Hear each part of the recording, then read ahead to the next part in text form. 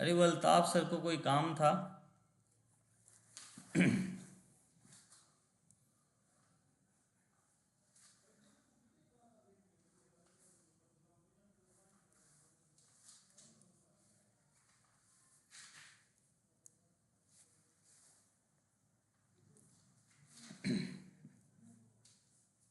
तो अपन vector product पर बात कर रहे थे। तो देखिए वेक्टर प्रोडक्ट क्या होता है। A vector cross B vector, A vector का मैग्नीट्यूड, बी वेक्टर का magnitude, sine theta and direction N cap. अब देखो बेटा जो एन कैप डायरेक्शन होती है वो ए वेक्टर के भी नॉर्मल या परपेंडिकुलर होगी, बी वेक्टर के भी परपेंडिकुलर होगी। तो इसका जो मैग्नीट्यूड आता है वो अपन ने देख लिया, ए वेक्टर का मैग्नीट्यूड, बी वेक्टर का मैग्नीट्यूड एंड साइन थीटा।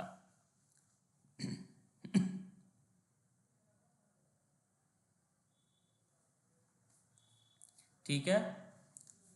अब देखें इसमें जैसे अपन डॉट प्रोडक्ट पढ़ते थे, डॉट प्रोडक्ट में क्या होता था, A vector dot B vector को अपन B vector dot A vector लिख सकते थे। इसका रीज़न क्या था कि डॉट प्रोडक्ट स्केलर क्वांटिटी होती है, तो ए इंटू ए डॉट बी और बी डॉट ए लिख सकते हैं, कोई डायरेक्शन नहीं थी। बट जब अपन वेक्टर प्रोडक्ट की बात करेंगे, A vector cross B vector, तो ये इक्वल नहीं होगा B vector cross A vector की। A vector cross B vector है, ये B vector cross A vector के इक्वल नहीं होगा। इसका एक्चुअल रीजन क्या होता है कि जो A vector cross B vector का रिजल्ट है, ए वेक्टर का मैग्नीट्यूड, बी वेक्टर का magnitude, sine theta n cap. और इसी के लिए अगर अपन B vector cross A vector को डिफाइन करते हैं तो बी वेक्टर का मैग्नीट्यूड और ए वेक्टर का मैग्नीट्यूड साइन थीटा, बट जो डायरेक्शन आएगी वो माइनस एन कैप आएगी। इसलिए अपन लिखते हैं A vector cross B vector minus B vector cross A vector. ठीक है, क्रॉस प्रोडक्ट डन है यहां तक। अब देखो एन कैप की डायरेक्शन को अपन कैलकुलेट कैसे करें।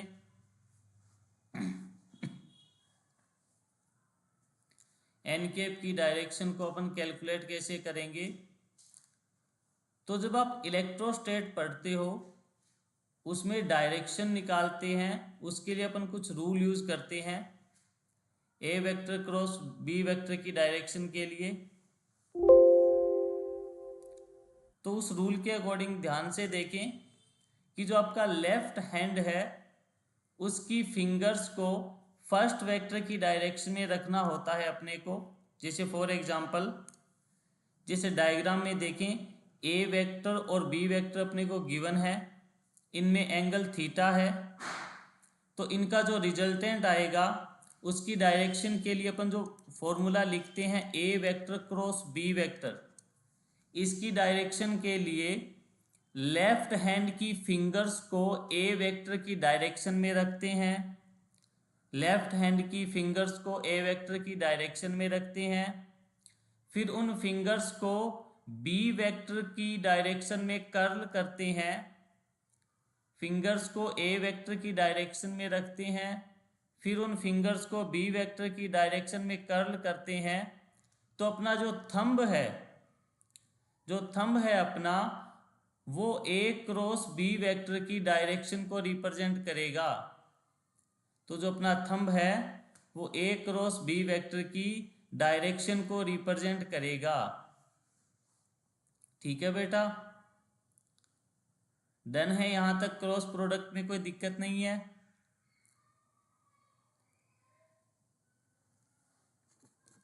ठीक है,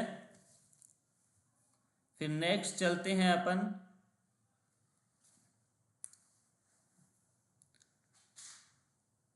अब क्रॉस प्रोडक्ट की प्रॉपर्टीज के बारे में देखें।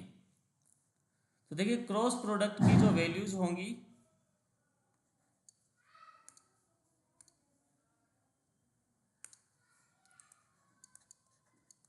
ए vector cross B vector, A vector का मैग्नीट्यूड, बी वेक्टर का मैग्नीट्यूड साइन थीटा, और एक बार अपन इसका मैग्नीट्यूड ले लेते हैं, डायरेक्शन कंसीडर नहीं करते।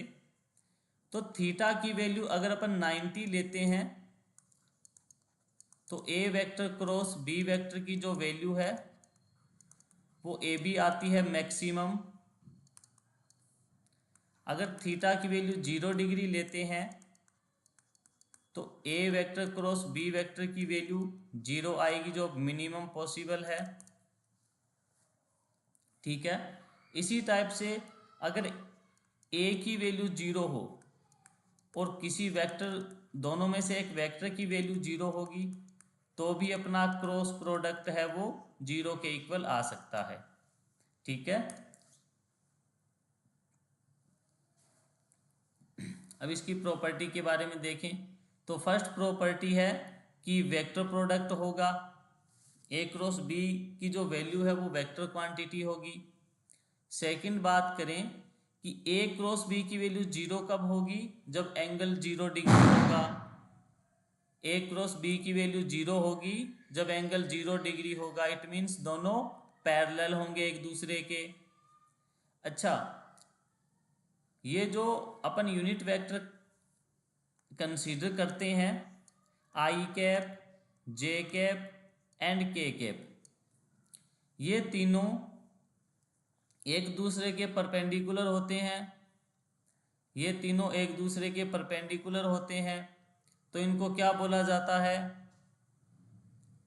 सॉरी, इनको एक दूसरे के परपेंडिकुलर है तो इनमें एंगल 90 डिग्री है। तो आई कैप के साथ क्रॉस प्रोडक्ट, जे का जे के साथ और के का के साथ क्रॉस प्रोडक्ट 0 हो जाएगा, बिकॉज इनके बीच एंगल 0 डिग्री होगा। बट अगर अपन बात करें आई का जे के साथ, जे का के साथ और के का आई के साथ, इनकी नॉन जीरो वैल्यू आएगी, बिकॉज इनमें एंगल 90 डिग्री होगा तो मैक्सिमम वैल्यू आएगी। और वो वैल्यू निकालते कैसे हैं, जैसे आई कैप क्रॉस जे कैप की वैल्यू फाइंड आउट करनी है तो आई कैप का मोड, जे कैप का मोड एंड साइन 90 डिग्री, और यहाँ पर जो डायरेक्शन आएगी वो के कैप आएगी, तो इसकी वैल्यू आ जाएगी के कैप। इसी टाइप से अपन जे क्रॉस के निकाल सकते हैं, के क्रॉस आई निकाल सकते हैं। बट अगर अपन सीक्वेंस अपोजिट लेके चलें, जैसे के क्रॉस जे करेंगे, जे क्रॉस आई करेंगे, आई क्रॉस के करेंगे, तो रिजल्टेंट है वो नेगेटिव आएगा, माइनस साइन के साथ आएगा। ठीक है,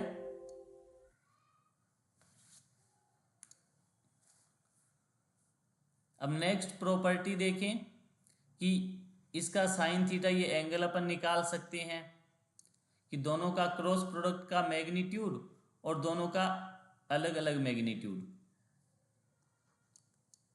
ठीक है,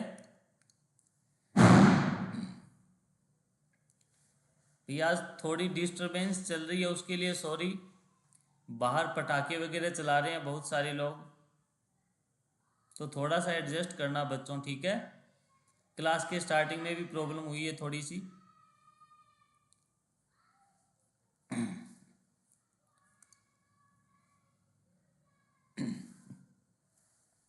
तो देखें नेक्स्ट प्रॉपर्टी, ए क्रॉस बी है, ये बी क्रॉस ए के इक्वल होगा और माइनस साइन के साथ होगा, क्योंकि डायरेक्शन है क्रॉस प्रोडक्ट की वो अपोजिट होगी।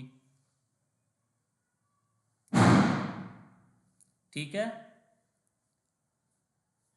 फिर नेक्स्ट प्रॉपर्टी देखते हैं अपन कि A vector cross B vector plus C vector है, तो इस प्रॉपर्टी को अपन A vector cross B vector और प्लस में A vector cross C vector. ठीक है, तो देखो इसको अपन इस तरह से देख सकते हैं कि बी और सी वेक्टर को ऐड करने के बाद उसका ए के साथ क्रॉस प्रोडक्ट निकाल सकते हैं, या फिर ए का बी के साथ क्रॉस प्रोडक्ट निकालें और ए का सी के साथ क्रॉस प्रोडक्ट निकालें, फिर उनको ऐड कर दें, तो दोनों ही सिचुएशन में रिजल्ट सेम आएगा। ठीक है बेटा, दोनों ही सिचुएशन में रिजल्ट सेम आएगा। फिर नेक्स्ट देखें, किसी कांस्टेंट क्वांटिटी का मल्टीप्लाई कर सकते हैं। जैसे कोई लैम्डा है और ये ए वेक्टर क्रॉस बी वेक्टर है, तो इसको ए के साथ मल्टीप्लाई करके लिख सकते हैं, या फिर इसको बी के साथ भी मल्टीप्लाई कर सकते हैं। कांस्टेंट क्वांटिटी का डॉट प्रोडक्ट और क्रॉस प्रोडक्ट में कोई इफेक्ट नहीं पड़ेगा। कांस्टेंट क्वांटिटी का डॉट प्रोडक्ट और क्रॉस प्रोडक्ट में इफेक्ट नहीं पड़ेगा।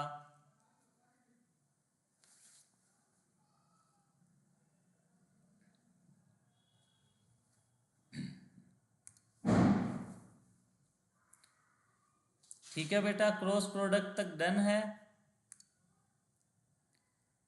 कोई दिक्कत नहीं है यहां तक।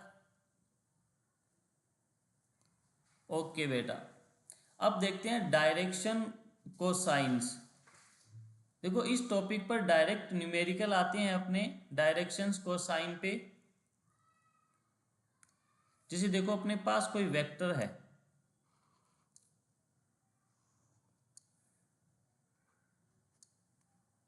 ये अपनी एक्स एक्सिस हो गई, ये वाई एक्सिस हो गया, ये जेड एक्सिस हो गया, और ये अपना कोई वेक्टर है ए वेक्टर। ठीक है, अब A vector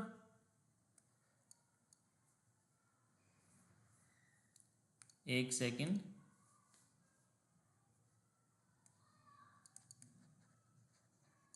angle between A vector and X axis, ये अपना अल्फा हो जाएगा। फिर angle between A vector and Y axis, ये बीटा हो जाएगा। फिर angle between A vector and Z axis, ये गामा हो जाएगा। ठीक है,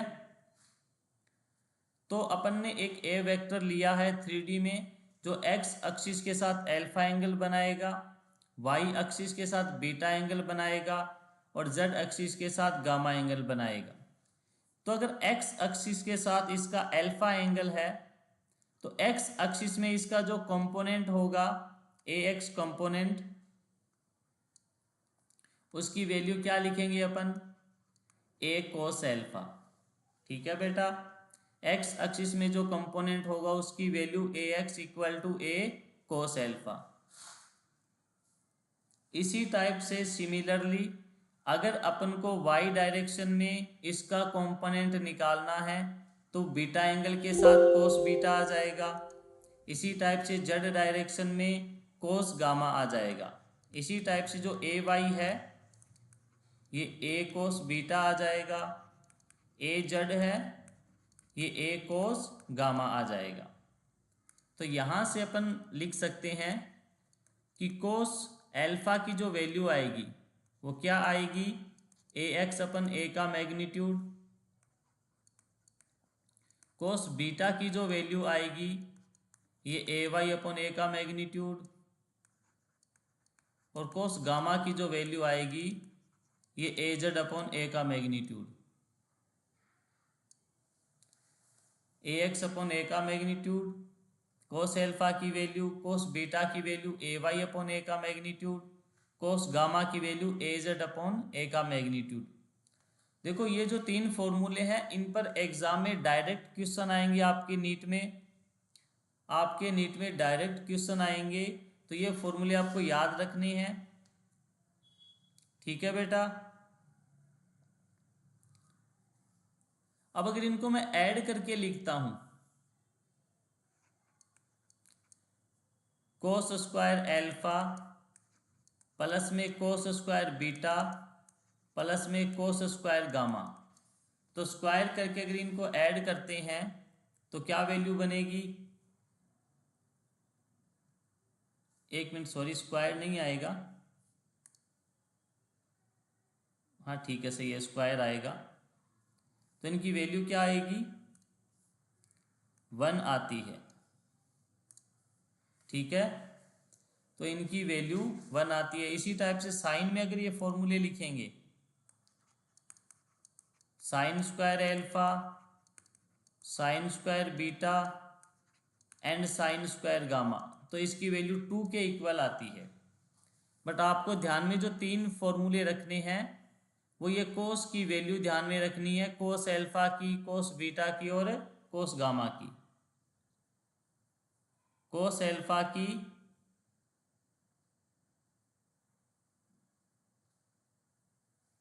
कोस बीटा की और कोस गामा की। कोस एल्फा की, कोस बीटा की और कोस गामा की वैल्यू आपको ध्यान में रखनी है। ठीक है बेटा, डन है यहां तक।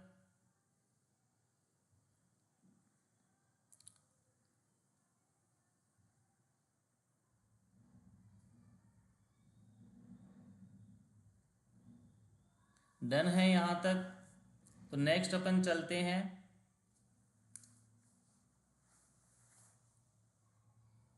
Projection of A vector and B vector.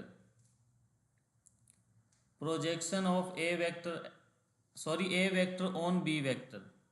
Projection of A vector on B vector. देखो बेटा, प्रोजेक्शन क्या होता है। प्रोजेक्शन को अपन एक तरह से परछाई बोल सकते हैं।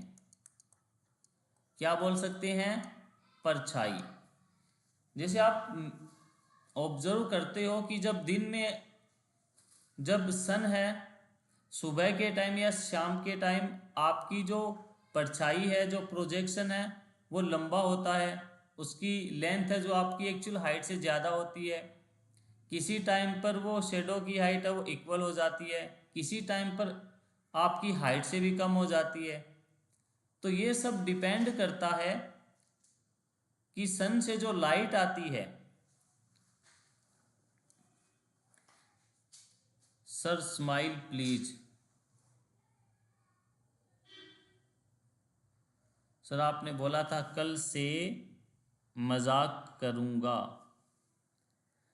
भाई मजाक तो कर लेते, पर बाहर थोड़ा सा परेशान कर रहे हैं लोग, तो क्लास भी बड़ी मुश्किल से स्टार्ट हुई है। ठीक है, तो देखो, projection of A on B. तो प्रोजेक्शन कैसे कैलकुलेट करते हैं अपन। जैसे अपने पास ये बी वेक्टर है और ये अपना ए वेक्टर है और ये किसी एंगल थीटा पे है। तो ए का बी के अलोंग या बी की डायरेक्शन में जो प्रोजेक्शन होगा वो ए कोस थीटा होगा। ए का बी की डायरेक्शन में जो प्रोजेक्शन होगा वो ए कोस थीटा होगा। ए का बी की डायरेक्शन में जो प्रोजेक्शन होगा वो ए कोस थीटा होगा। तो इसको किस तरह बोलेंगे,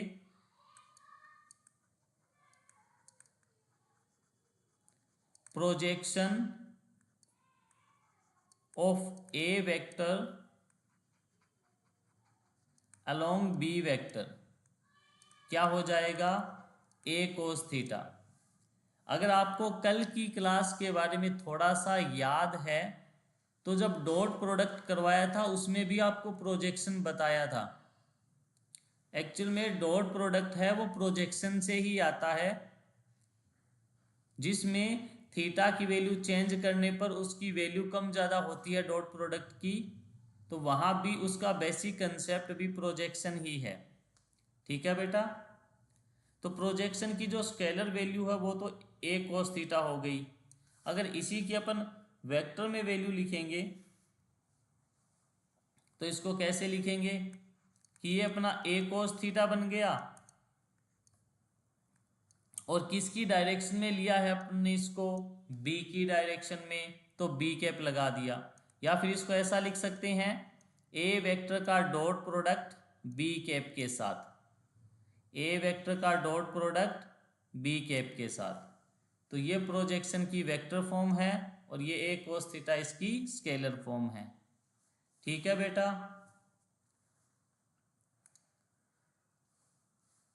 तो अब देखें आपके कुछ क्वेश्चंस करते हैं अपन।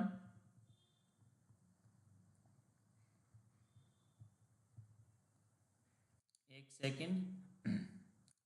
तो टॉपिक्स तो आपके देखो ऑलमोस्ट अपन ने रिवाइज कर लिए जो भी थे। अब क्वेश्चंस पर आते हैं। वेक्टर के कुछ क्वेश्चन करते हैं जिससे आपका टॉपिक है वो और ज़्यादा क्लियर हो जाएगा, आपके कंसेप्ट अच्छे हो जाएंगे।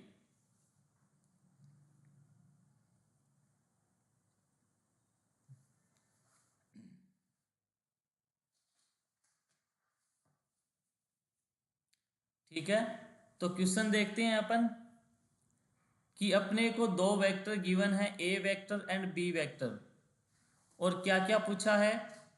फर्स्ट में इनका क्रॉस प्रोडक्ट पूछा है और सेकंड में ए वेक्टर और बी वेक्टर के नॉर्मल या परपेंडिकुलर अपने को क्या निकालना है, यूनिट वेक्टर निकालना है। क्या निकालना है, A vector and B vector के परपेंडिकुलर यूनिट वेक्टर निकालना है। तो देखो A vector cross B vector आप इजीली फाइंड आउट कर सकते हो मैट्रिक्स फॉर्म में कि आई कैप जे कैप के कैप। ए के कंपोनेंट 2 -4 एंड 1, बी के कंपोनेंट 1 5 एंड -3। सॉल्व कर सकते हो, इसमें कोई दिक्कत नहीं है। A vector cross B vector की वैल्यू फाइंड आउट कर सकते हो। डन है, या ये सॉल्व करवानी है आपको।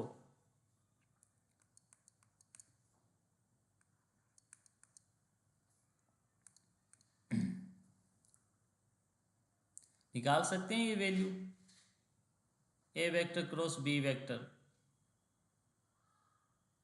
ठीक है, ओके। देखो सेकंड क्वेश्चन क्या बोल रहा है अपने को कि ए और बी के परपेंडिकुलर यूनिट वेक्टर निकालो। ए और बी के perpendicular unit vector. For example इस मैट्रिक्स से जो रिजल्ट आया वो मैंने सी वेक्टर कंसीडर कर लिया, कि जो भी रिजल्ट आएगा वो आप निकाल लोगे। इस मैट्रिक्स से जो रिजल्ट आया वो मैंने सी वेक्टर कंसीडर किया। तो अब जो सी वेक्टर है ये परपेंडिकुलर है ए वेक्टर के, एंड सी वेक्टर है ये परपेंडिकुलर है बी वेक्टर के।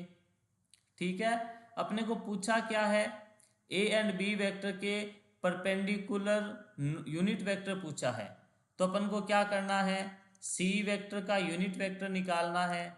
आता है सभी को सी कैप। कैसे निकालेंगे, सी वेक्टर को इसके मोड से डिवाइड कर देंगे। सी वेक्टर को इसके मोड से डिवाइड कर देंगे। ठीक है बेटा, डन है ये क्वेश्चन, कोई दिक्कत नहीं है किसी को।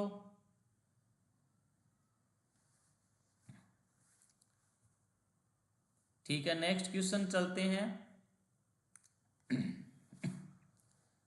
फिर अपने को वैल्यू फाइंड आउट करनी है A vector plus B vector और dot A vector cross B vector की। ये डॉट प्रोडक्ट है, इसकी वैल्यू फाइंड आउट करनी है। अब देखो एक तो बेसिक अपना क्या होता है कि अपन इनको सोल्व करें, कंप्लीट को अलग अलग इनका क्रॉस या एडिशन जो भी है सोल्व करें, लास्ट टर्म तक जाएं और अपना आंसर निकालें। एक है कि अपने कंसेप्ट से चलें अपन।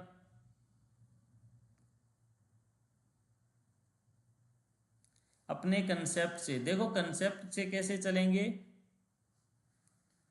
कि फर्स्ट टर्म को ध्यान से देखो, A vector cross second term है A vector cross B vector.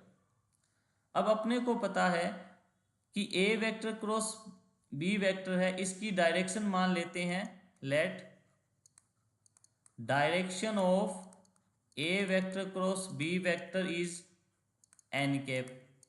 इसकी डायरेक्शन को अपन ने एन कैप मान लिया।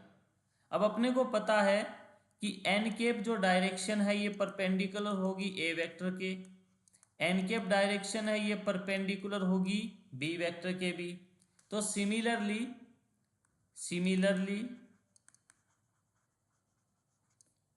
अपनी जो एन कैप डायरेक्शन है ये किसके परपेंडिकुलर होगी, ए वेक्टर प्लस बी वेक्टर के, ए वेक्टर प्लस बी वेक्टर के। तो अब अगर इनका डॉट प्रोडक्ट होगा, इनका डॉट प्रोडक्ट अगर अपन करेंगे तो थीटा कितना है इनके बीच 90 और कोस 90 की वैल्यू 0 हो जाती है।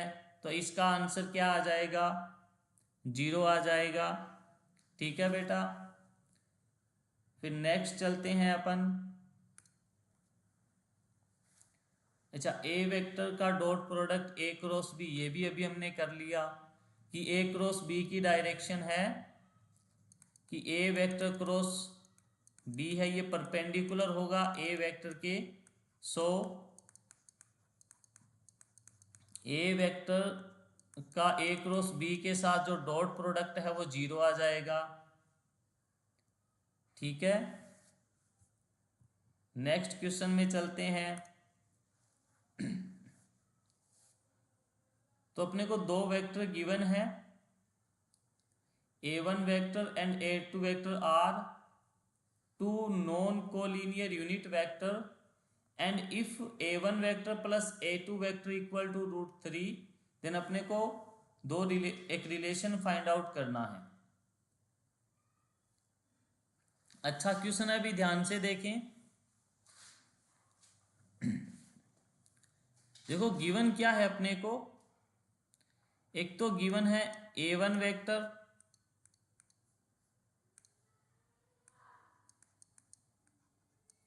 Vector plus a2 vector equal to √3। और सेकेंडली देखो क्वेश्चन में ध्यान से देखो, a1 और a2 यूनिट वेक्टर है। इट मीन्स a1 का जो मैग्नीट्यूड है वो भी 1 है और a2 का मैग्नीट्यूड है ये भी 1 है। ये डाटा अपने को गिवन है। अगर अपन थीटा की वैल्यू फाइंड आउट कर लें, देखो कैसे, कि अपने को गिवन है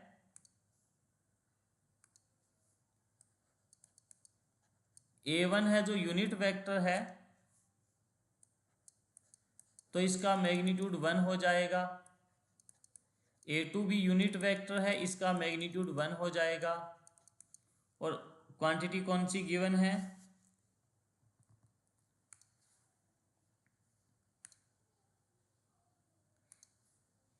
a1 कैप प्लस में a2 कैप का जो मैग्नीट्यूड है ये √3 गिवन है। और अपने को वैल्यू किसकी निकालनी है, a1 vector minus a2 vector का dot product 2a1 vector plus a2 vector, इसकी वैल्यू फाइंड आउट करनी है, ये अपने को बताना है। ठीक है, किसी को आइडिया है ये क्वेश्चन कैसे करेंगे,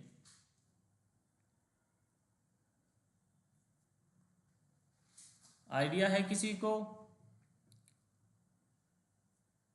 देखो एक आपको बेसिक मन में चल रहा होगा कि सर a1 गिवन है, a2 गिवन है, इनका रिजल्टेंट गिवन है, तो अपन जो रिजल्टेंट का फॉर्मूला होता है √a1² plus a2² plus 2ab cos theta है, वहां से थीटा फाइंड आउट कर लेंगे और रिजल्ट निकाल लेंगे। बिल्कुल सही है, बट देखो इससे भी इजी तरीका बताता हूं मैं आपको कि आप ध्यान से देखें, a1 और a2 की वैल्यू 1 है और जो रिजल्टेंट है उसकी वैल्यू कितनी है, √3। ध्यान दें इस पर, ये मैंने a1 कैप लिया और ये a2 कैप ले लिया और इनका रिजल्टेंट क्या बनाया, ये वाला √3। ये वैल्यू 1 है, इसकी वैल्यू भी 1 है, तो ये क्या बन गया भाई, क्या बन गया, ट्राइंगल जिसकी दो साइड इक्वल है और एक साइड इक्वल नहीं है। चलो ये तरीका आप मेथड रहने दो, एक बार सिंपल वाला ही कर लो,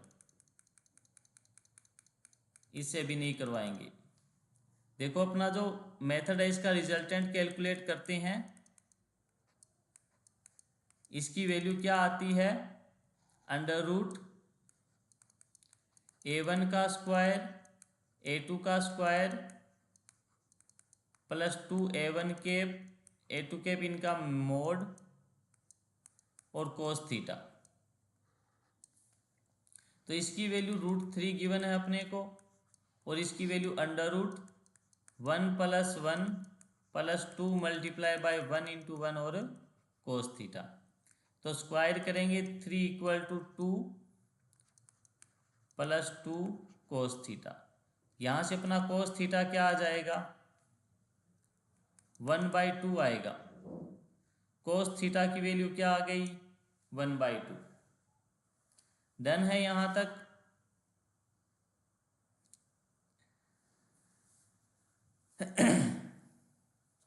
कोस थीटा की वैल्यू 1/2 आ गई।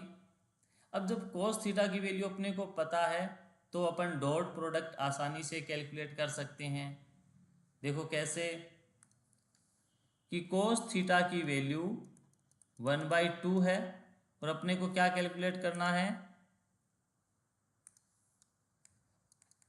a1 vector minus a2 vector का dot product 2a1 vector plus a2 vector. ठीक है, तो क्या आ जाएगा अभी इसका डॉट प्रोडक्ट, a1 का मल्टीप्लाई कराएंगे तो एक तो आ जाएगा 2a1 की स्क्वायर, फिर माइनस a2 की square minus 2a1 a2 minus 2a1 a2 vector और प्लस का a1 वेक्टर और a2 वेक्टर। ठीक है, तो देखो 2a1 square minus a2 square, और ये माइनस का 2 है प्लस का 1 है तो minus a1 a2 vector. a1 a2 equal है तो इनकी वैल्यू 0 हो, सॉरी 2a1। अब अपन यूज़ कर लेते हैं, सभी की वैल्यू a1 के इक्वल ले लेते हैं, तो 2a1 minus a1 square minus ये भी क्या आ जाएगा, a1 स्क्वायर। तो इसका आंसर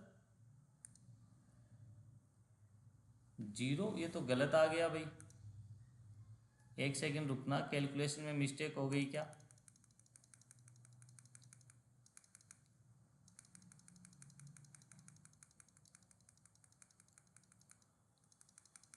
एक सेकंड भी ट्राई, कैलकुलेशन में मिस्टेक हो गई। ये अपने पास कोस थीटा की वैल्यू 1/2 आ गई और अपने को इनका डॉट प्रोडक्ट कैलकुलेट करना है। तो क्या आंसर आएगा इसका, एक सेकंड। तो a1 का 2a1 के साथ, तो 2a1 vector dot a1 vector. ठीक है, फिर a1 का a2 के साथ, तो a1 vector dot a2 vector, फिर माइनस a2 का इसके साथ तो minus 2 a2 vector dot a1 vector, फिर माइनस a2 वेक्टर का a2 वेक्टर के साथ। ठीक है, तो ये बन जाएगा 2a1 का स्क्वायर प्लस में ये a1 a2 और कोस थीटा माइनस में 2a1 a2 कोस थीटा और ये माइनस में a2 का स्क्वायर। ठीक है, तो ये क्या वैल्यू आ गई अपने पास, कोस थीटा की वैल्यू 1/2 है तो 2a1 square plus 1/2 a1 a2 minus में 2a1 a2/2 और माइनस में a2 का स्क्वायर। तो क्या रिजल्ट आएगा अपने पास, 2a1 स्क्वायर माइनस में a2 स्क्वायर, या इनकी यूनिट वेक्टर यूज़ कर लेते हैं भाई, यूनिट वेक्टर दोनों ही। तो इनकी वैल्यू 1 अगर यूज़ करेंगे तो ये 2 बन गया, 2 प्लस 1/2, ये माइनस में 1 बन गया और माइनस में 1, इसका आंसर आ गया 1/2। ठीक है, तो इसका आंसर अपने पास आया है 1/2। बी ऑप्शन हो जाएगा इसमें। ठीक है बेटा,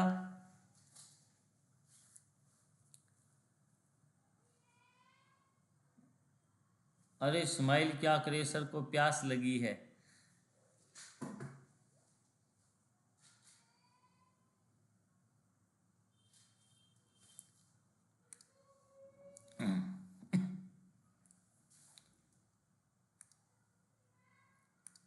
अच्छा, ये भी इसी टाइप का क्वेश्चन है, अभी अभी अपन कर चुके हैं क्वेश्चन।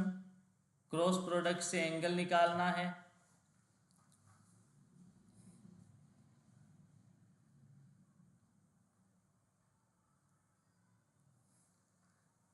तो देखो नेक्स्ट क्वेश्चन करते हैं, क्रॉस प्रोडक्ट से एंगल निकालना है अपने को। देखो क्या चीजें गिवन है कि A vector cross B vector और इसका क्रॉस ए वेक्टर के साथ, और इस टर्म का अपने को एंगल पूछा है ए वेक्टर के साथ।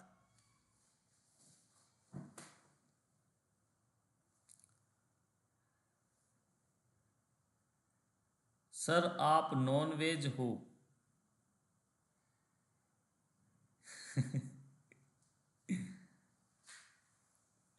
ए vector cross B vector cross A vector. अच्छा, कोई इसकी डायरेक्शन बता सकता है? जो फर्स्ट वाली टर्म लिखी है इसकी डायरेक्शन, जो फर्स्ट वाली टर्म लिखी है इसकी डायरेक्शन।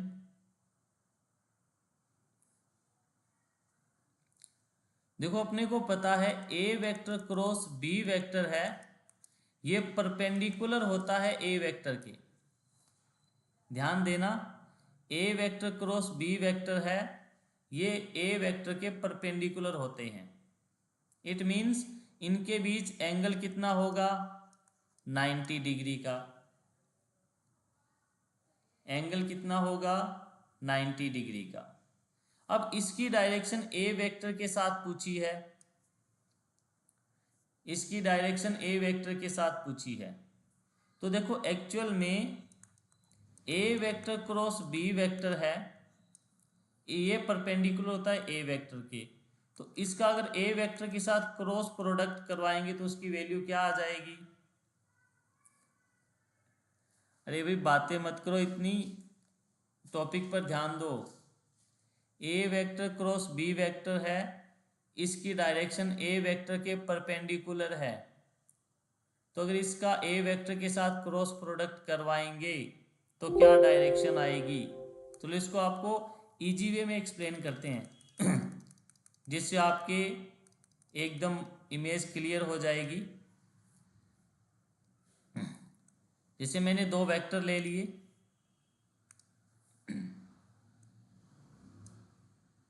ठीक है, ये ए वेक्टर कंसीडर किया, ये बी वेक्टर, और इजी हो इसके लिए मैंने इसको आई कैप डायरेक्शन मान ली, ये वाली जे कैप, इधर वाली माइनस आई कैप एंड इधर वाली माइनस जे कैप। और ध्यान देना मैं डॉट से डायरेक्शन दे रहा हूं अपवार्ड डायरेक्शन के कैप, और क्रॉस से डायरेक्शन दे रहा हूं डाउनवर्ड डायरेक्शन माइनस के कैप। ठीक है बेटा, वेक्टर चल रहा है, डायरेक्शन को आप अच्छे से समझें, अच्छे से अंडरस्टैंड करें। अब अपने को पूछा है कि A vector cross B vector किस डायरेक्शन में जाएगा। ए वेक्टर क्रॉस बी वेक्टर की डायरेक्शन क्या होगी? तो आपको मैंने रूल बताया था कि ए वेक्टर की डायरेक्शन में फिंगर्स और बी की तरफ कर्ल करनी है। ए वेक्टर की डायरेक्शन में फिंगर्स और बी की तरफ कर्ल करनी है, या फिर इनमें जो हमने आई कैप और जे कैप कंसीडर किए हैं इनसे भी आप निकाल सकते हो। आई डॉट आई क्रॉस जे के कैप आ जाएगा। तो इनके क्रॉस प्रोडक्ट की जो डायरेक्शन आएगी वो के कैप आ जाएगी। ठीक है, यहां तक आउटवर्ड, बिल्कुल बेटा उम्र एकदम सही है, आउटवर्ड आएगी। अब अगर इसी का cross product upon A vector के साथ करवा दें, इसका cross product upon A vector के साथ करवा दें और मैं इसकी डायरेक्शन पूछूं आपसे इसकी डायरेक्शन पूछूं मैं आपसे, तो ए क्रॉस बी की जो डायरेक्शन है वो के कैप अभी निकाली है अपन ने, ए वेक्टर की डायरेक्शन है वो आई कैप निकली है, तो इनके क्रॉस की जो डायरेक्शन आएगी वो क्या आ जाएगी, के कैप क्रॉस आई कैप, क्या डायरेक्शन आएगी, जे कैप आ जाएगी। तो क्या डायरेक्शन आ जाएगी इसकी, जे कैप डायरेक्शन आ जाएगी। अब अपने को एंगल किस में देखना है, A vector cross B vector और क्रॉस ए वेक्टर, इसके बीच और ए वेक्टर के बीच एंगल देखना है। इसकी डायरेक्शन जे कैप है अपने पास, ए वेक्टर की डायरेक्शन आई कैप है, तो ये दोनों एक दूसरे के क्या हैं, परपेंडिकुलर है, तो इनके बीच एंगल कितना हुआ, 90 डिग्री। एंगल कितना हुआ, 90 डिग्री। डन है यहां तक, कोई दिक्कत नहीं है। ठीक है, तो इनके बीच 90 डिग्री एंगल आ जाएगा, तो यहां पर जो एंगल आएगा वो 90 डिग्री आ जाएगा। ठीक है बेटा, नेक्स्ट क्वेश्चन पे चलते हैं। नेक्स्ट क्वेश्चन पे चलते हैं।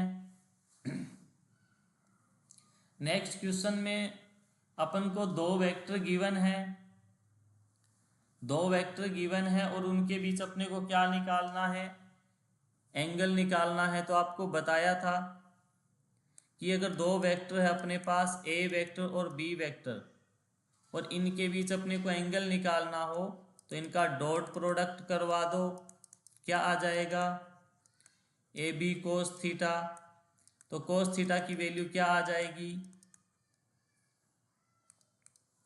ये फॉर्मूला भी लिखवाया था आपको नोट्स में, A vector dot B vector upon A B, जहां पर ए बी क्या है एक्चुअल में, ए और बी की मैग्नीट्यूड है, या आप इसको ऐसे भी लिख सकते हो, A x B x, A y B y and A z B Z.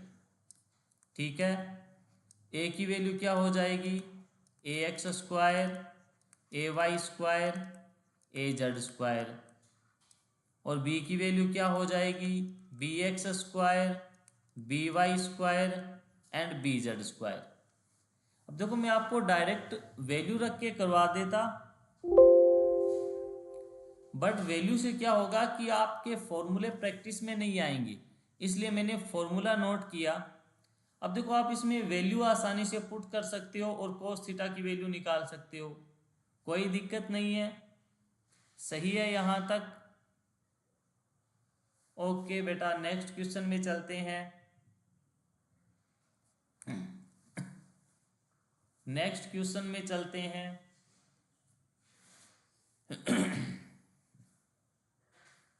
Next question में अपने को दो वेक्टर गिवन है, P vector and Q vector, और पूछा क्या है कि पी वेक्टर और क्यू वेक्टर एक्स एक्सिस के साथ क्या एंगल बनाएंगे। P vector plus Q vector x axis के साथ कितना एंगल बनाएंगे। तो अपन इसमें P vector plus Q vector की वैल्यू फाइंड आउट कर लेते हैं, दोनों को ऐड कर लेते हैं। तो ये अपने पास आता है 5i cap minus 4j cap plus में 3k कैप। अब अपने को एंगल किस किस के बीच लेना है, P vector plus Q vector and I vector की आई कैप के बीच। तो इसके साथ क्या करवा दें, आई कैप का डॉट प्रोडक्ट करवा दें, तो क्या आ जाएगा, एंगल आ जाएगा। तो यहाँ पर तो अपने पास आएगा P vector plus Q vector का मैग्नीट्यूड, आई कैप का मैग्नीट्यूड एंड कोस थीटा। इधर देखो इसकी वैल्यू कितनी है, 5 i कैप -4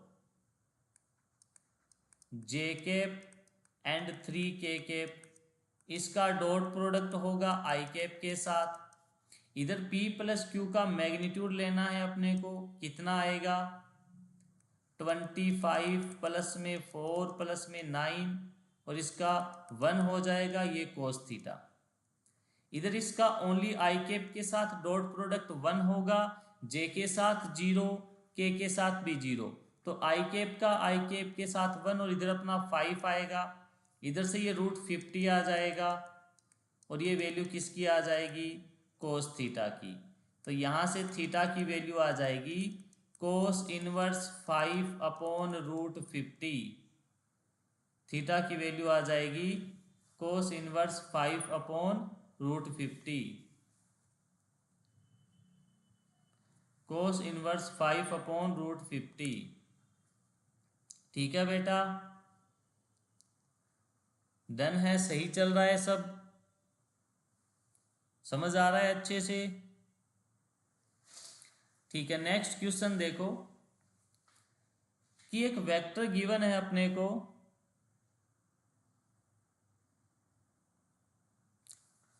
क्या बोल रहे हो, बेसिक मैथ्स हो गया है, यूनिट एंड डायमेंशन से मेरा दिमाग खराब हुआ। इतनी सी उम्र में दिमाग खराब ही हो गया। तभी तो कल की क्लास में बताया था आप मोड़ गलत ले लेते हो। आप जब मुड़ते हो तो आपका एक्सीलरेशन 0 होना चाहिए, जो होता नहीं है।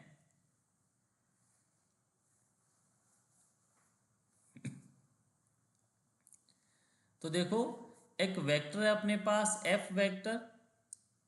अब पूछा है कि another vector that is perpendicular to f। Simple है, f के साथ कौन कौन सा वेक्टर है जो परपेंडिकुलर रहेगा।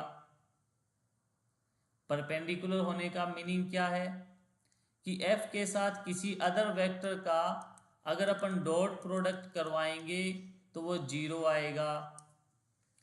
चारों ऑप्शन से अपन क्रॉस चेक कर सकते हैं कि डॉट प्रोडक्ट क्या आएगा, 0 आएगा।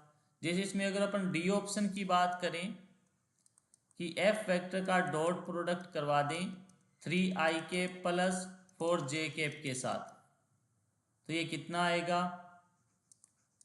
4i कैप -3j कैप और इसका dot product 3i cap plus में 4j कैप, तो 4i कैप 3i कैप 12 बनेगा और ये -12, ये इक्वल टू 0। ठीक है,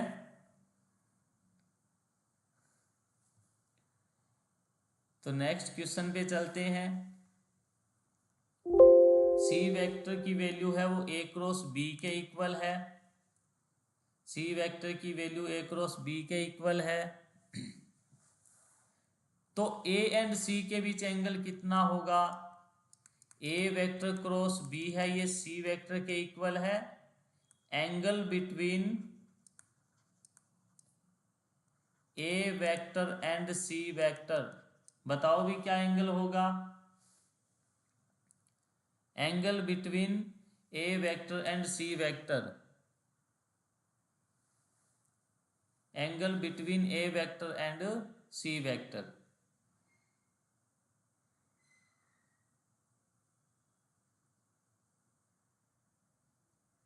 angle between a vector and c vector.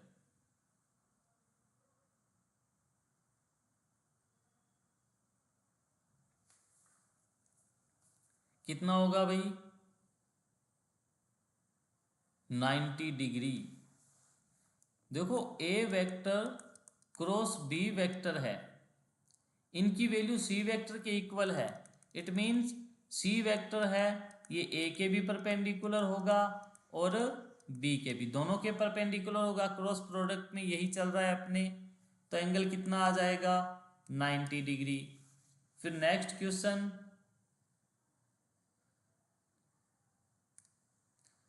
तो यहाँ तक आपके क्वेश्चन थे वो सीट के थे, सॉरी आपकी पीपीटी के क्वेश्चन थे।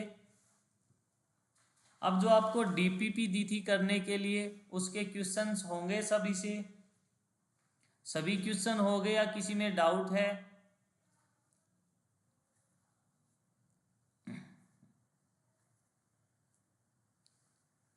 बताओ भी, डीपीपी के सभी क्वेश्चन हो गए या डाउट है?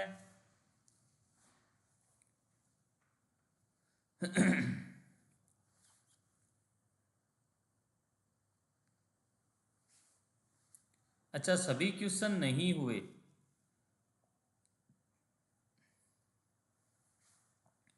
तो ठीक है, मैं स्टार्ट करता हूं। देखो, स्टार्टिंग में मैंने इजी क्वेश्चन दिए थे आपके, जैसे साइन एक्स कोस एक्स का डिफरेंशिएशन करना था आपको। साइन एक्स कोस एक्स का डिफरेंशिएशन सिंपल होता है, u इंटू वी मेथड से कर सकते हैं। साइन का कोस होगा, कोस का माइनस साइन हो जाएगा, सिंपली इसका आंसर निकल जाएगा। ठीक है, ये तो सभी ने कर लिया होगा। फिर नेक्स्ट एक इक्वेशन है कि x की क्यूब प्लस वाई की क्यूब इक्वल टू 2xy। तो अपने को dy by D x find out करना है 1 1 पे।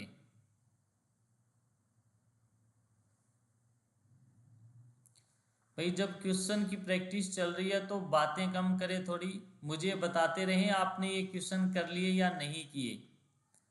जो क्वेश्चन स्क्रीन पर चल रहा है उसके बारे में बताएं, आपने कर लिया या समझाना है या नहीं किया, जो भी चल रहा हो। ठीक है, तो इसमें देखो सिंपल आपको क्या करना था, डिफरेंशिएशन करना था। कर सकते हैं क्या? 3x² हो जाएगा और dx प्लस में 3y² हो जाएगा dy, और ये u इंटू वी मेथड से 2x dy और y dx। तो dx वाली जितनी भी टर्म्स हैं सभी को एक साइड कर लें, तो ये 3x² dx हो जाएगी। इधर से ये वाली टर्म है -2y dx हो जाएगी। अब इस साइड देखें तो 2x dy, और ये dy वाली टर्म है -3y² dy। यहाँ से dy बाई dx की वैल्यू क्या आ जाएगी? dy बाई dx की वैल्यू यह आ जाएगी 3x² -2y और अपॉन में 2x -3y²। 3x² -2y upon में 2x -3y²। ठीक है, और इसमें अगर x y की वैल्यू अगर 1 1 पुट कर देंगे अपन, dy बाई dx अपने को फाइंड आउट करना है 1 1 पे, तो ये कितना आ जाएगा? 3 - 2 अपॉन में 2 - 3, इसकी वैल्यू आ जाएगी -1। ठीक है बेटा, ठीक है, नेक्स्ट क्वेश्चन पे चलते हैं। y इक्वल टू एक्स की पावर x, इसका डिफ्रेंशिएशन करना है। y इक्वल टू एक्स की पावर x, इसका डिफ्रेंशिएशन करना है। हो गया था क्या? y इक्वल टू एक्स की पावर x, इसका डिफ्रेंशिएशन।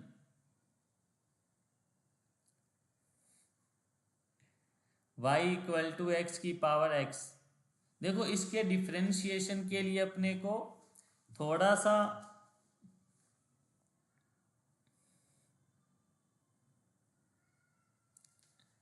देखो, अपन अगर दोनों तरफ ln कंसीडर कर लें, ln y equal to ln x की पावर x, तो इसको लिख सकते हैं x ln x। अब इसका सिंपली अपन डिफरेंशिएशन कर सकते हैं।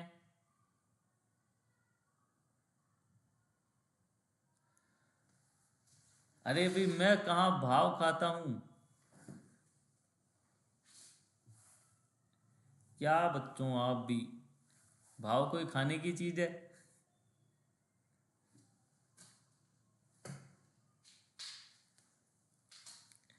देखो अपन इस डिफ्रेंशिएशन को करते हैं तो क्या आ जाएगा ln y का 1/y dy equal to x का 1 होगा या dy बाई dx, x का 1 होगा ln x बचेगा, फिर x को सेम रखेंगे ln x का 1/x हो जाएगा, तो ये क्या बन जाएगा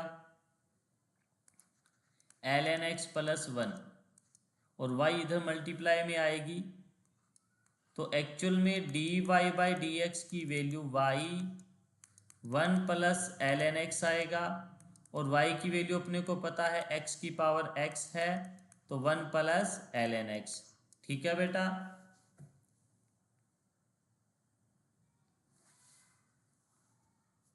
सर आज की क्लास के बाद भी डीपीपी मिलेगा। अच्छा, ये जो डीपीपी चल रहा है ये आपने सोल्व कर लिया कंप्लीट? अभी डीपीपी चल रहा है, ये आपने पूरा सोल्व कर लिया?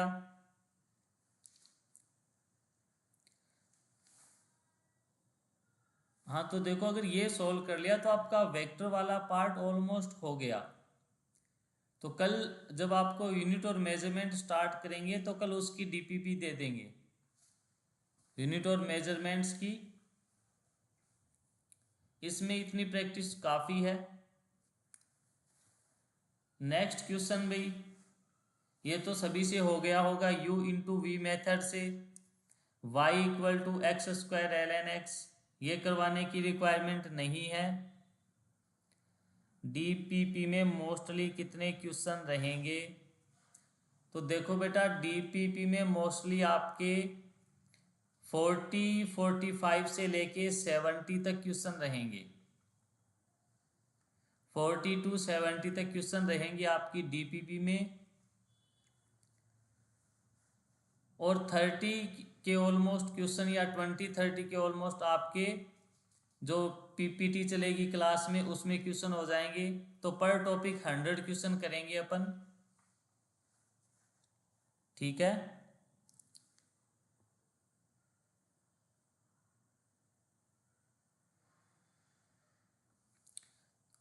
तो ये देखो, ये डिफरेंशिएशन सिंपल है, करवाने की जरूरत नहीं है, कर लिया होगा आप लोगों ने।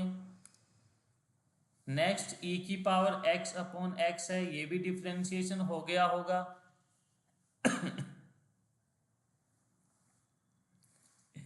x y इक्वल टू ई की पावर x अपॉन x, इसको आप u अपॉन v से कर सकते हो, कोई डाउट नहीं है। ये जो फॉर्मूला था u अपॉन v का, y प्राइम v को सेम रखा, u प्राइम माइनस u को सेम रखा v प्राइम, इस फॉर्मूले से आंसर आ जाएगा। ठीक है, फिर नेक्स्ट क्वेश्चन में चलते हैं।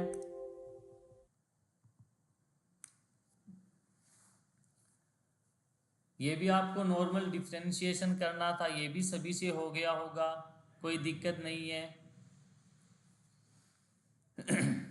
सर 12th का कब से होगा? आपके बोर्ड्स हैं महाराष्ट्र बोर्ड्स। बिल्कुल बेटा, अपन अल्टरनेट चलेंगे, ये सिर्फ बेसिक हो जाए, इसके बाद एक टॉपिक 11th क्लास से चलेगा, फिर उसके बाद 12th का चलेगा। जैसे अपना यूनिट और मेजरमेंट वाला पार्ट कंप्लीट हो जाएगा, उसके जस्ट बाद इलेक्ट्रोस्टेट स्टार्ट करेंगे अपन, उसके बाद फिर 11th का, फिर 12th का, इस तरह अपन दोनों क्लासें एक साथ कवर करते चलेंगे। ठीक है, ठीक है बेटा, फेब तक आपका ऑलमोस्ट सिलेबस कवर करवा देंगे, कोई दिक्कत नहीं है। अच्छा, ये क्वेश्चन सभी का हो गया। ये सिंपल डिफरेंशिएशन करना था, x की पावर 6 आ जाएगी, 4 आ जाएगी, 3 आ जाएगी और 1 आ जाएगी, ये 0 हो जाएगा। ठीक है, फिर नेक्स्ट चलते हैं अपन। ये डिफरेंशिएशन भी हो गया होगा। भी साथ साथ बताते जाना, किसी क्वेश्चन में दिक्कत हो तो y equal to 15 sin x -2e⁻x -1/2 x² + 5। तो इसका डिफरेंशिएशन क्या हो जाएगा?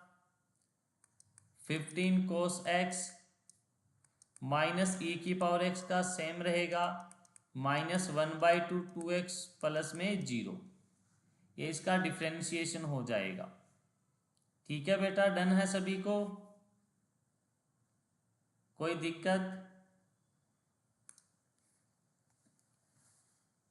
फिर आपको डिफरेंशिएशन करना है x प्लस 1/x की स्क्वायर का। ये भी कर लिया होगा सभी ने। y prime 2x plus 1/x, ये इसकी पावर का हुआ है। फिर अपन अंदर वाली टर्म का करेंगे, तो x का 1 हो जाएगा और 1/x का क्या होगा भाई? 1/x का क्या होगा बताओ भाई? सॉरी, ये तो इंटीग्रेशन कर दिया। 1/x का डिफरेंशिएशन -1/x² हो जाएगा। इसको भी आप सोल्व कर सकते हो इजीली। फिर सेकंड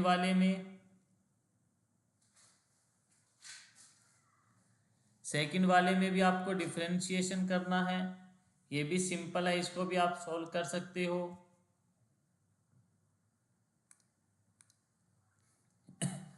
देखो, डिफरेंशिएशन के क्वेश्चन और इंटीग्रेशन के क्वेश्चन आपकी प्रैक्टिस के लिए दिए हैं मैंने। ये डायरेक्टली एग्जाम में नहीं आएंगे, ये यूज़ होंगे आप आगे जो भी 12th में फिजिक्स करोगे उसमें, 11th में भी काफ़ी जगह आएंगे। ठीक है, डन है? कोई दिक्कत नहीं है इन क्वेश्चन में किसी को? नॉर्मली इंटीग्रेशन है। ये अपना क्या बन जाएगा? ln x और इसकी पावर e और e² लग जाएगी। फिर नेक्स्ट साइन का इंटीग्रेशन क्या होता है ये आप सभी जानते हैं, तो लिमिट लग जाएगी 0 to π/2। लेकिन इसको थोड़ा ध्यान से करना है आपको।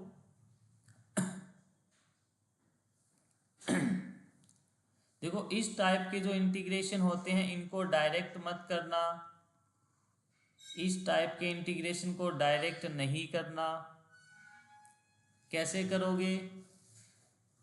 देखो, इंटीग्रेशन में इस टाइप से फंक्शन होता साइन x और dx, तो आप डायरेक्ट कर सकते थे -cos x + c, कोई दिक्कत नहीं थी, या जो लिमिट लगी हुई थी आप लगा देते। बट आपको अगर x में इस टाइप से फंक्शन आ जाए 2x + π/4, तो या तो आप 2 को अपॉन में लगा दो। ये डायरेक्ट अगर करोगे, जैसे फॉर एग्जांपल साइन का आप क्या करते हो, -cos 2x + π/4, तो ये 2 है, इसके अपॉन में लगा देना। ठीक है बेटा,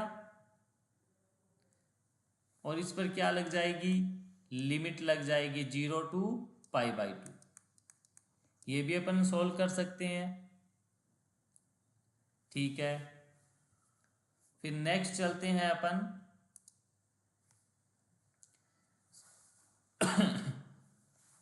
सिंपल किस में? इंटीग्रेशन में। तो ये भी सिंपल फॉर्मूले हैं, ये भी अपन कर सकते हैं। 3x + 2³ है, ये भी सिंपली हो जाएगा। 1/√x है, इसको आप x की पावर -1/2 + 1 और -1/2 + 1 करके और लिमिट लगा सकते हो 0 to 4। ठीक है बेटा, भाई मैं थोड़े ये सिंपल क्वेश्चन है इसलिए डायरेक्ट मेथड्स बता रहा हूँ, पूरी कैलकुलेशन नहीं कर रहा, बिकॉज आपने ये सब कर रखे हैं। फिर भी किसी को डाउट हो तो मुझे बता देना। ठीक है बेटा,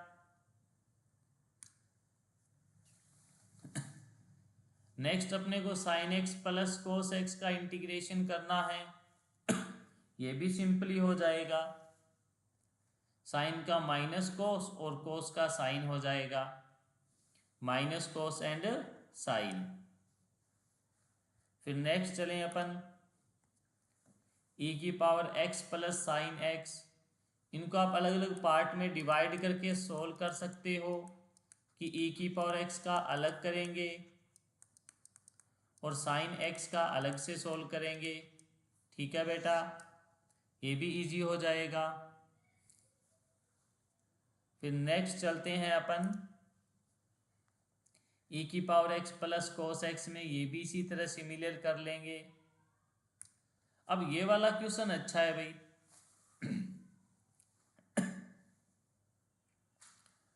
ये वाला अच्छा क्वेश्चन है,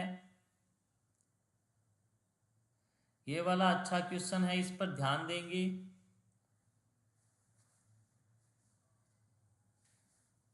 ये वाला अच्छा क्वेश्चन है।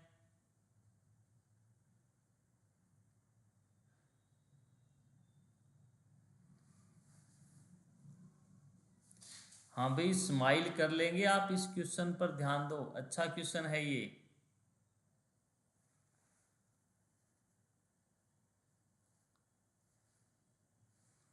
देखो अपने को क्या गिवन है। अच्छा, तो आपको स्लोप के बारे में बातें बताई थी कल और परसों की क्लास में, अगर वो आपको अच्छे से याद है तो ये क्वेश्चन आप डायरेक्ट कर सकते हो, अदरवाइज आपसे नहीं होगा।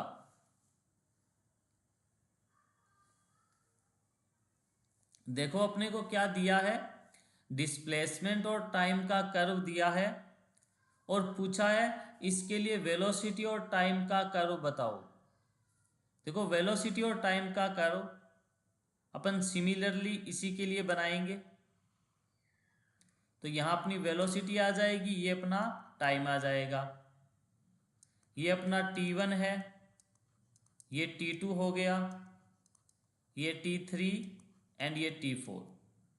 इधर जो मैक्सिमम वैल्यू है वो यहाँ तक रहेगी और अगर नीचे कोई वैल्यू आएगी तो वो यहाँ तक रह जाएगी। अब ध्यान दें, 0 टू t1, 0 टू t1। अब आप लोग मुझे बताएं कि 0 टू t1 अगर अपन जा रहे हैं तो कर्व की स्लोप क्या है, कर्व की स्लोप क्या है? क्या स्लोप को मैं ds/dt से लिख दूंगा? अच्छा ठीक है, अब स्लोप निकालते कैसे हैं कि ये जो एंगल है इसका tan थीटा, तो ये tan theta equal to ds/dt। अगर आप डायग्राम को ध्यान से देखोगे तो कर्व की स्लोप फिक्स है, थीटा चेंज नहीं हो रहा है, थीटा क्या है अपना, फिक्स है, और थीटा लेस देन π/2 है। इट मीन्स अपनी जो स्लोप है ds/dt ये कांस्टेंट है, स्लोप ds/dt कांस्टेंट है और प्लस में क्या है, पॉजिटिव है। स्लोप ds/dt कांस्टेंट है और पॉजिटिव है। अच्छा, ds/dt ही क्या बताती है यहाँ पर, वेलोसिटी बताती है या वेलोसिटी में चेंज बताता है। ds/dt वेलोसिटी बताती है या वेलोसिटी में, सॉरी वेलोसिटी ही बताएगी, चेंज नहीं होगा ये, वेलोसिटी। तो जब अपनी स्लोप कांस्टेंट है, पॉजिटिव है, तो इस रीजन के लिए वेलोसिटी भी कांस्टेंट रहेगी और पॉजिटिव रहेगी। इस रीजन के लिए वेलोसिटी भी कांस्टेंट रहेगी और पॉजिटिव रहेगी। तो ये कर्व t1 तक एकदम स्ट्रेट लाइन आएगा, वेलोसिटी कांस्टेंट रहेगी, पॉजिटिव रहेगी, वेलोसिटी कांस्टेंट रहेगी एंड पॉजिटिव रहेगी। ठीक है बेटा, क्लियर है यहाँ तक? अब देखें ये जो रीजन है इतना, ये इतना रीजन है, यहाँ पर अपना थीटा है वो 0 डिग्री है। इट मीन्स अपनी जो स्लोप है वो भी 0 है, अपना थीटा है वो 0 डिग्री है, इट मीन्स अपनी स्लोप है वो भी 0 डिग्री है। तो जब स्लोप 0 डिग्री है तो अपनी वेलोसिटी भी 0 हो जाएगी। तो ये जो इतना कंप्लीट रीजन है, इस रीजन के लिए वेलोसिटी क्या आने वाली है बच्चों? जीरो आने वाली है। इस रीजन के लिए वेलोसिटी जीरो आने वाली है। इस रीजन के लिए वेलोसिटी जीरो आने वाली है। फिर नेक्स्ट रीजन की बात करेंगे, ये T3 टू T4 वाला रीजन। यहाँ पर अगर अपन स्लोप देखेंगे तो ये अपना थीटा है। यहाँ पर थीटा क्या है? ग्रेटर देन π/2 है। एंड थीटा क्या है? फिक्स है।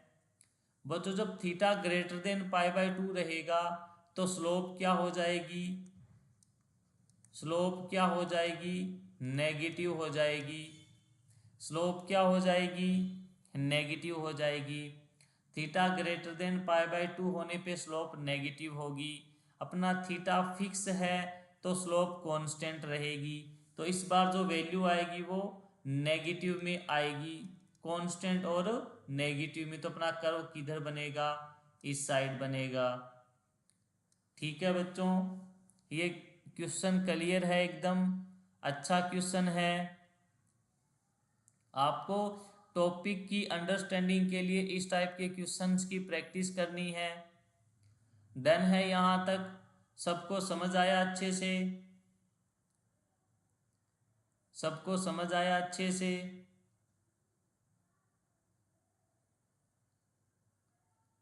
डन है यहाँ तक? बताओ भी कमेंट में। ठीक है बेटा, चलो एक क्वेश्चन और कर लेते हैं, फिर आज की क्लास डन करते हैं। एक अच्छा सा क्वेश्चन देखता हूं मैं। ये तो सिंपल सा है। इसने क्या पूछा है? ए पॉइंट पर वेलोसिटी पूछी है। ये आपका ए पॉइंट है। कर्व है एस और टी के बीच। यहाँ पर आपका थीटा 0 डिग्री है, स्लोप 0 है, तो ds/dt 0 है, तो वेलोसिटी 0 हो जाएगी। ये तो बिल्कुल सिंपल था। ये भी अच्छा क्वेश्चन है। ये भी अच्छा है। चलो ये क्वेश्चन कर लेते हैं, फिर अपनी आज की क्लास डन करेंगे। ठीक है।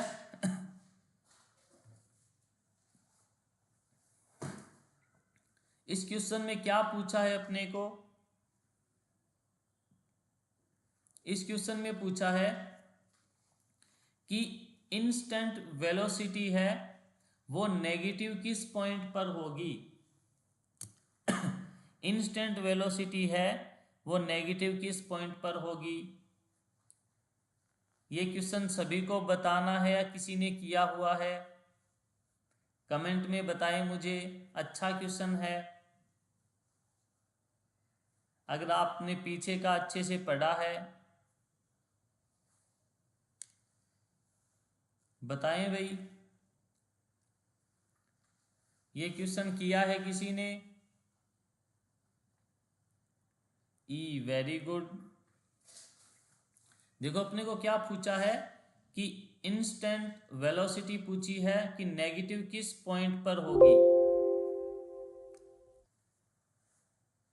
देखो आपको देखो वेलोसिटी नेगेटिव और टाइम और डिस्प्लेसमेंट का कर्व है, तो इसकी जो स्लोप होगी, ध्यान देना, जो स्लोप होगी वो ds/dt रहेगी। ठीक है। अगर अपना थीटा लेस देन π/2 है तो अपनी वेलोसिटी है या स्लोप है ये पॉजिटिव रहेगी। अगर अपना थीटा ग्रेटर देन π/2 है तो अपनी वेलोसिटी क्या रहेगी? नेगेटिव रहेगी। तो जितने भी पॉइंट हैं सभी पर टेंजेंट डाल के देख सकते हैं। जैसे सी पॉइंट की बात करें अपन यहाँ पर, तो ये टेंजेंट डालेंगे तो ये थीटा लेस देन π/2 है। डी पॉइंट पे थीटा क्या है अपना? 0 डिग्री है। और ई पॉइंट पे थीटा कितना आएगा? ग्रेटर देन π/2 आएगा। और एफ पॉइंट पे भी क्या है? थीटा लेस देन π/2 है। तो सिर्फ एक ई पॉइंट पर थीटा ग्रेटर देन π/2 आएगा।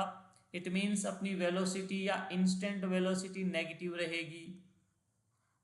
तो अपना डी वाला ऑप्शन हो जाएगा।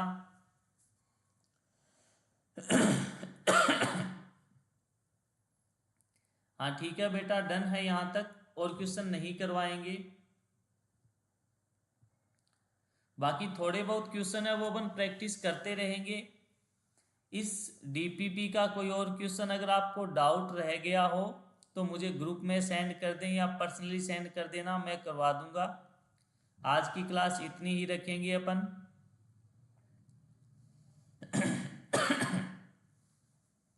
ठीक है बच्चों, तो नेक्स्ट क्लास आपकी यूनिट और मेजरमेंट वाले टॉपिक से होगी।